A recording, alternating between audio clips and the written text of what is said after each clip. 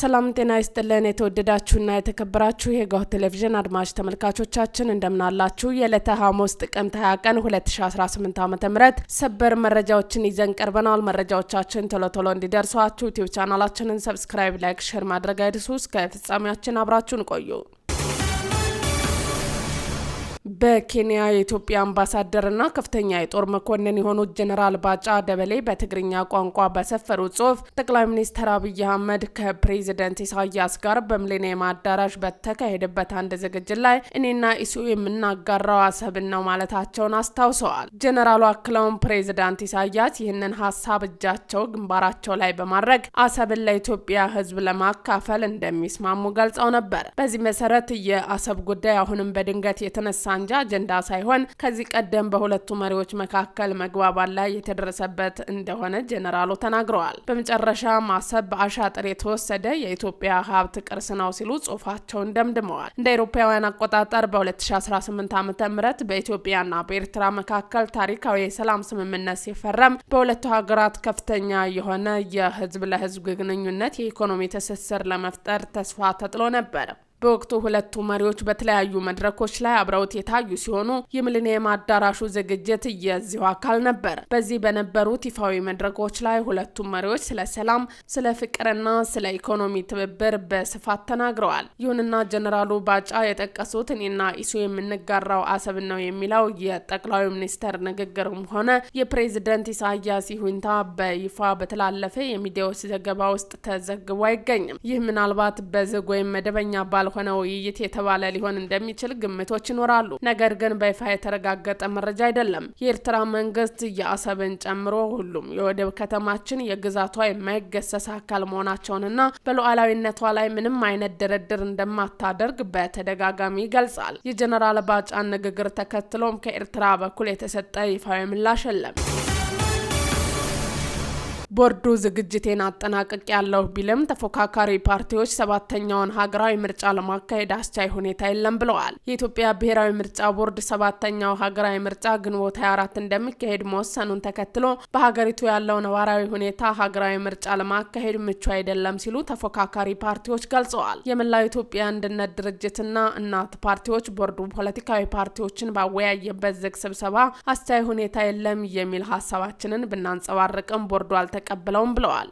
የመላው ኢትዮጵያ አንድነት ድርጅት የህዝብ ግንኙነት ኃላፊ አቶ ታጠቅ አሰፋ ሀገሪቱ አሁን ባለችበት ሁኔታ ምርጫ ማካሄድ እንመራዋለን የሚለውን ህዝብ ለከፋ አደጋ ማጋለጥ ነው ብለዋል። አቶ ታጠቅ ምርጫ የዲሞክራሲያዊነት መገለጫ ቢሆንም መረጋጋት ይጠይቃል። በዚህ ሁኔታ ምርጫ ከማካሄድ ይልቅ አለማካሄድ ይመረጣል ሲሉ የራሳቸውንና የፓርቲያቸውን ሀሳብ ገልጸዋል። እውነተኛና ፍትሃዊ ምርጫ ለማድረግ ምቹ ሁኔታ መፈጠር አለበት። አሁን ባለንበት ሁኔታ ምርጫ ይካሄድ ከተባለም ለአንድ ወገን ያደላ ነው የሚል ስጋታቸውን ያስቀመጡት ኃላፊው ከሀገራዊ ምርጫ በፊት ሀገራዊ ሰላም ይቅደም ብለዋል። በቀደመው ሀሳብ የሚስማሙት የእናት ፓርቲ የውጭ ግንኙነት ኃላፊ አቶ ጌትነት ወርቁ በበኩላቸው ምርጫ ከማካሄድ በፊት ህዝብና ሀገር ከገቡበት መከራ የሚወጡበትን መንገድ ማመቻቸት ይቀድማል ብለዋል። ምርጫ ማካሄድ ግዴታ ከሆነ መንግስት በቀረበው አጭር ጊዜ የሚቻለውን ሁሉ አድርጎ አስቻይ ሁኔታዎችን ማመቻቸት እንደሚገባው አብራርተዋል። ታዋቂ የፖለቲካ ፓርቲዎች ይህንን ቢሉም የኢትዮጵያ ምርጫ ቦርድ ሰባተኛው ሀገራዊ ምርጫ ግንቦት 24 እንደሚካሄድ በማህበራዊ ትስስር ገጹ አስታውቀዋል። ማክሰኞ ጥቅምት 18 ቀን 2018 ዓ.ም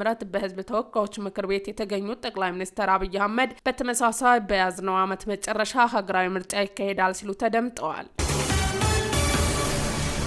የአዳዲስ ነዳጅ ማደያዎች ግንባታ ላልተወሰነ ጊዜ መከልከሉ ተነገረ። ኩባንያዎች በውሳኔው ላይ ቅሬታ አቅርበዋል። ከመንግስት በተሰጠ አቅጣጫ መሰረት የአዳዲስ ነዳጅ ማደያዎች ግንባታ ላልተወሰነ ጊዜ መከልከሉን የነዳጅና ኢነርጂ ባለስልጣናት አስታውቀዋል። ባለስልጣኑ ይህንን ያስታወቀው የነዳጅ ውጤቶች የገበያ ድርሻ ቀመር ክለላና ጥናትና የነዳጅ ውጤቶችን የነዳጅ አቅራቢ ኩባንያዎች በተገኙበት ጥቅምት 15 ቀን 2017 ዓ.ም ውይይት በተደረገበት መድረክ ላይ ነው። የባለስልጣኑ ምክትል ዋና ዳይሬክተር አቶ ዲቦራ ፉፉ የአዳዲስ ማደያዎች ጉዳይ በተመለከተ ሲያስረዱ አዳዲስ ኩባንያዎች ባሉበት ይቆያሉ ብለዋል። በምስራቅ አርሲ ዞን ከ25 በላይ የሚሆኑ ሰላማዊ ሰዎች በጥቅምት ወር ብቻ ተገድለዋል ስትል የኢትዮጵያ ኦርቶዶክስ ተዋሕዶ ቤተክርስቲያን ገለጸች። በትናንት በስቲያ በሽርካ ወረዳ ታጣቂዎች በፈጸሙት ጥቃት 3 ሰዎች ሲገደሉ 4 ሰዎች መታገታቸውን የአካባቢው ቤተክርስቲያን ምንጭ ለአዲስ ስታንዳርድ አረጋግጠዋል። በኦሮሚያ ክልል በምስራቅ አርሲ ዞን በጥቅምት ወር ብቻ ከ25 በላይ የሚሆኑ ሰላማዊ ሰዎች መገደላቸውን የኢትዮጵያ ኦርቶዶክስ ተዋሕዶ ቤተክርስቲያን የህዝብ ግንኙነት መምሪያ አስታውቋል። መምሪያው ዛሬ ጥቅምት 19 ቀን 2018 ዓ.ም ባወጣው መግለጫ የተገደሉ ሰዎች በጥቅምት ወር በተለያዩ ጊዜያት በአካባቢው የሚኖሩ የቤተክርስቲያኗ ተከታዮች መሆናቸውን ገልጸዋል። መግለጫው አክሎም የቤተክርስቲያኗ መዋቅር ከሀገረ ስብከት እስከ ወረዳ፣ ከወረዳ እስከ አጥቢያ ቤተክርስቲያን መረጃዎችን መሰብሰቡን ገልጾ በአጠቃላይ በጥቅምት ወር በሆንቆሎ ዋቢ፣ በመርቲና በጉና ወረዳዎችን ጨምሮ ከ25 ሰዎች በላይ የንጹሃን ግድያ መፈጸሙን አመላክቷል። ይህ በእንዲህ እንዳለ በኦሮሚያ ክልል ምስራቅ አርሲ ዞን ሻርካ ወረዳ ሄላ ዘባባ ቀበሌ ማንነታቸው ያልታወቁ ሰዎች ጥቅምት 17 ቀን ሰኞ ቀን 2018 ዓ.ም ከምሽቱ 4 ሰዓት አካባቢ በፈጸሙት ሃይማኖት ተኮር ጥቃት 3 ሰላማዊ ሰዎች ሲገደሉ ሌሎች 4 ሰዎች ደግሞ ታግተው መወሰዳቸውን የአካባቢው የቤተክርስቲያን ምንጭ ገልጸዋል። የኢትዮጵያ መከላከያ ሰራዊት በበኩሉ ጥቅምት 19 ቀን 2018 ዓ.ም በምስራቅ አርሲ ዞን ሲሪችና ሸርካ ወረዳዎች ማህበረሰቡን ለመዝረፍና ለማሸበር አልሞ የሚንቀሳቀስ ሸኔ ተደምስሷል ሲል ገልጿል። የትግራይ ጦርነት 10.8 ቢሊዮን ዶላር ማህበራዊ ውድመት አድርሷል ሲል ኮሚሽኑ ገለጸ። የትግራይ የዘር ማጥፋት ኮሚሽን የትግራይ ጦርነት ያስከተለው ማህበራዊ ውድመትና ኪሳራ 10.8 ቢሊዮን ዶላር እንደሚገመት በጥናት ማረጋገጡን አስታውቋል። ኮሚሽኑ ጦርነቱ ከፍተኛውን ውድመት ያደረሰው በትምህርት ዘርፍ ላይ መሆኑን ይጠቅሳል። ሪፖርቱ የኤርትራ ሰራዊት በትምህርት፣ በጤና ስርዓቶች፣ በቅርሶች፣ በታሪካዊ ህንጻዎች፣ በዕደ ጥበባትና በታሪካዊ ቁሳቁሶች ላይ ከ38 እስከ 56 በመቶ የሚደርስ ጉዳት አድርሷልም ብሏል። በአንጻሩ የኢትዮጵያ መከላከያ ሰራዊት በቁጠባና ብድር ተቋማት፣ በህብረት ስራ ማህበራት፣ በአነስተኛ ማህበራዊ አገልግሎት ሰጪ ተቋማት ላይ የ27.2 በመቶ ጉዳት ማድረሱን ኮሚሽኑ ገልጿል። የኤርትራው ፕሬዝዳንት ኢሳያስ አፈወርቂ ዛሬ ወደ ግብጽ መጓዛቸውን የማስታወቂያ ሚኒስተሩ ገልጿል። ሀገሪቱ ከኢትዮጵያ ጋር ያላት ግንኙነት ከሻከረ ወዲህ ፕሬዝዳንቱና ካቢኔያቸው ወደ ግብጽ መመላለስ አብዝተው እየታዩ ነው። ሂደቱ የግብጽን አጋርነት ፍለጋ መሆኑ ተዘግቧል።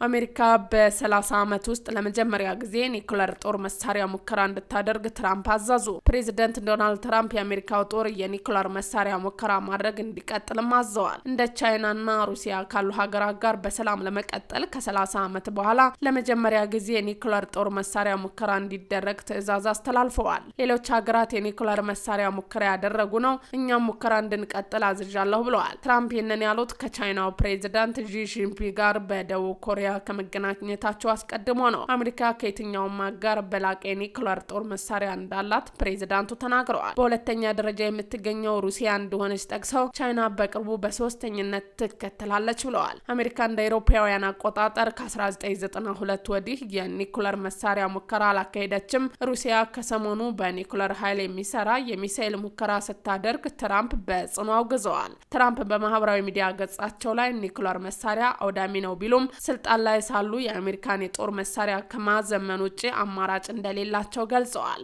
የቻይና የኒውክሌር መሳሪያ አቅም በ5 ዓመታት ውስጥ ከአሜሪካ እኩል እንደሚሆን ተናግረዋል። የኒውክሌር ጦር መሳሪያ ሙከራውን እንዴት እንደሚከናወን ዝርዝር መረጃ ባይሰጡም በቅርቡ ይጀምራልም ብለዋል። አሜሪካ ከ30 ዓመት በፊት ለመጨረሻ ጊዜ ኒውክሌር መሳሪያ ሙከራ ያደረገችው በናቫዳ ግዛት ከምድር በታች በሚገኝ ወታደራዊ ካምፕ ውስጥ ነበር።